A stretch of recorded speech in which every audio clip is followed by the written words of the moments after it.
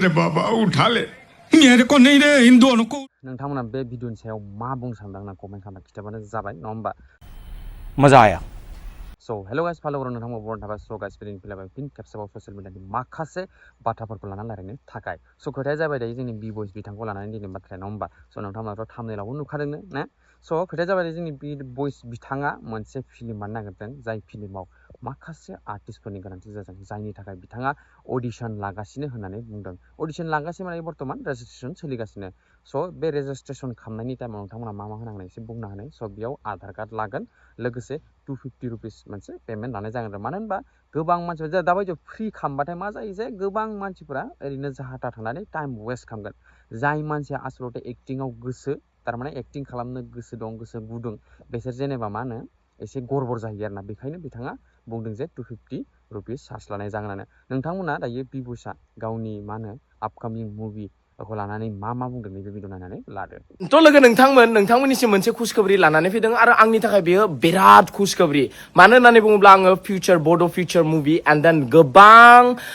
लेंगुवेजाव डाब खालामनानै रिलिज खालामनाय जागोन बेनि थाखायनो आंनो मोजां मोजां आर्टिस्ट नांगौ जादों दायो नोंथांमोना जुदि गोसो दं आंजों लोगोसे मुभियाव खामानि मावफानो थ' लिड हिर'इननि थाखाय 16 to 26 इयार्सनि जानो नांगोन एन्ड देन अनादार सापर्टिं रल्सनि थाखाय 16 निफ्राय 70 इयार्सआव लासे अडिसन होनो हागोन थ' नोंथांमोना रेजिस्ट्रेसनखौ थाबैनो खालामनानै ला टाइम लिमिट 14 मार्चआव लासे रेजिस्ट्रेसननि एन्ड 250 फी लानाय जादों मानो होननानै बुङोब्ला जायनो मेनो जुदि अडिसनाव फैयो जायफ्रा एक्चुअलि मुभियाव खामानि मावनो गोसो आंजों थ' बिसोरनो टाइम होनो हानाय नङा ओंखायनो लानाय जादों एन्ड देन थाबैनो रेजिस्ट्रेसन खालामनानै ला जों जयैनो मावलायदोंसै खामानि एन्ड मोनसे स्टेपाव जों आवगायनोसै ज'नो जोबोर नावना नायखाबायनो जे बि बयस बिथाङा मा बुंलांखो नङा होमबा स' दायो मोनसे खोथा लानाय हरदों जे मा होनो चिराङाव जानाय जाथाय मोनसे बियो स' जोंनि सासे मा होनो बिहामजो हिन्जाव बिथाङा खारबावबायनो स' बेखौ लानानै ससियेल मिडियायाव बर्थमान बहुत भाइरेल जादों मोनसे फट' जाय खारदों बिनि फट' आरो जाय लाना खारदों बिनि फट' स' बिसोर सानैखौ बर्थमान बुहुत नागिरगासिनो होननानै ससियेल मिडियायाव बुहुत दावराव जादों नाम्बार आरि होदों सोरबा नुबाथाय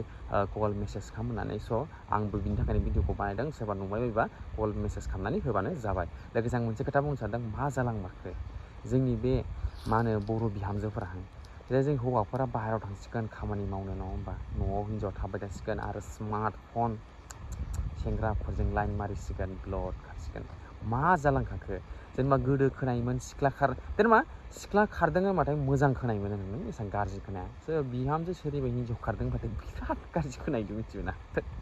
मा जागोन स' गाज्रि भिडिअखौ जों फोजोबबाय लोगो मोनसिगोन नेक्स्ट भिडिअ आरो नोंथांमोना भिडिअखौ मोजां मोनदोंबा like comment share and subscribe खालाम बिदिनो मोजां भिडिअखौ आं लाबोबाय थागोन